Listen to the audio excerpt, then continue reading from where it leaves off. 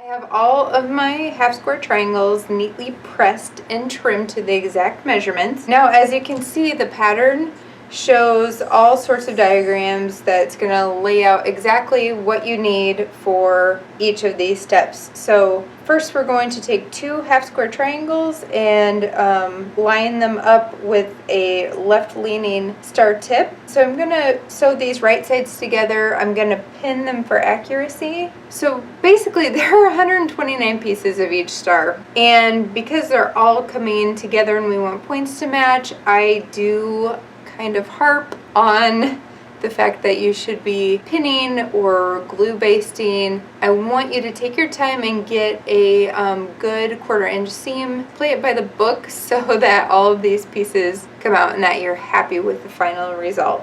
So I'm pinning. I encourage pinning frequently during this process.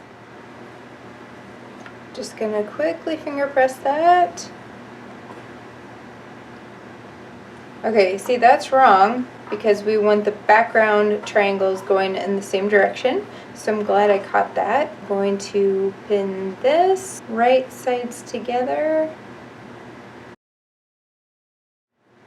Okay, we have our first segment sewn, and I'm going to press those with an iron. And the next step, we are going to get the corner square sewn to this segment.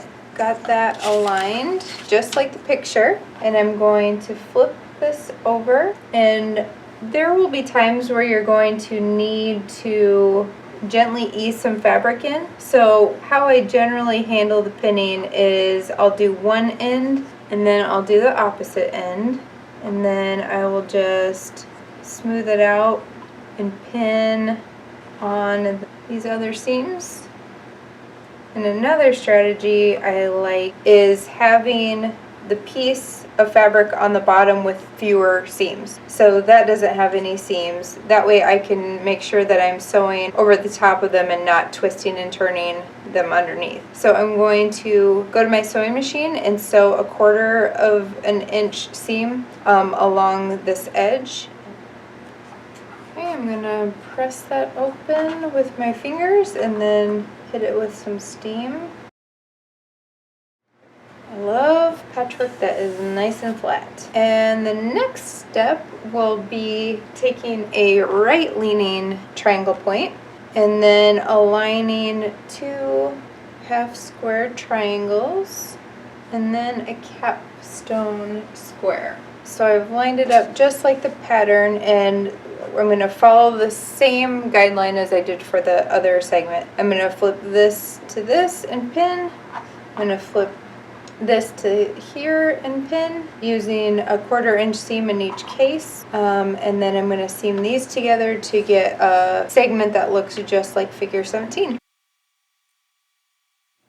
Okay, I screwed up. And I admit it. Look at that. I must have sewn the wrong side together. Do a little bit of unsewing here. Okay, let's try that again. I want the background triangle to be positioned in the same way. So, much better.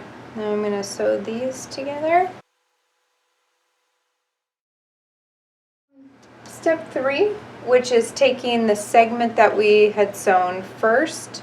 And now one thing we're going to make sure of is that our spines are pointing toward each other. We want the cornerstone down in the corner. We're going to line it up just like it shows in the diagrams. I'm going to flip it right sides together, and I'm going to do a careful job pinning. So I am going to match up that seam intersection and put a pin. I'm going to line up the corner, and I'm going to line up the far corner here, place a pin, and then kind of ease in the difference here at each seam. Okay, I'll sew a 1/4 inch seam along this edge, and I'll be right back. There we go. So I'm going to repeat this 3 more times so that I have 4 of these corner pieces that are exactly the same. We're going to set these aside because they'll be coming into play in the final block assembly.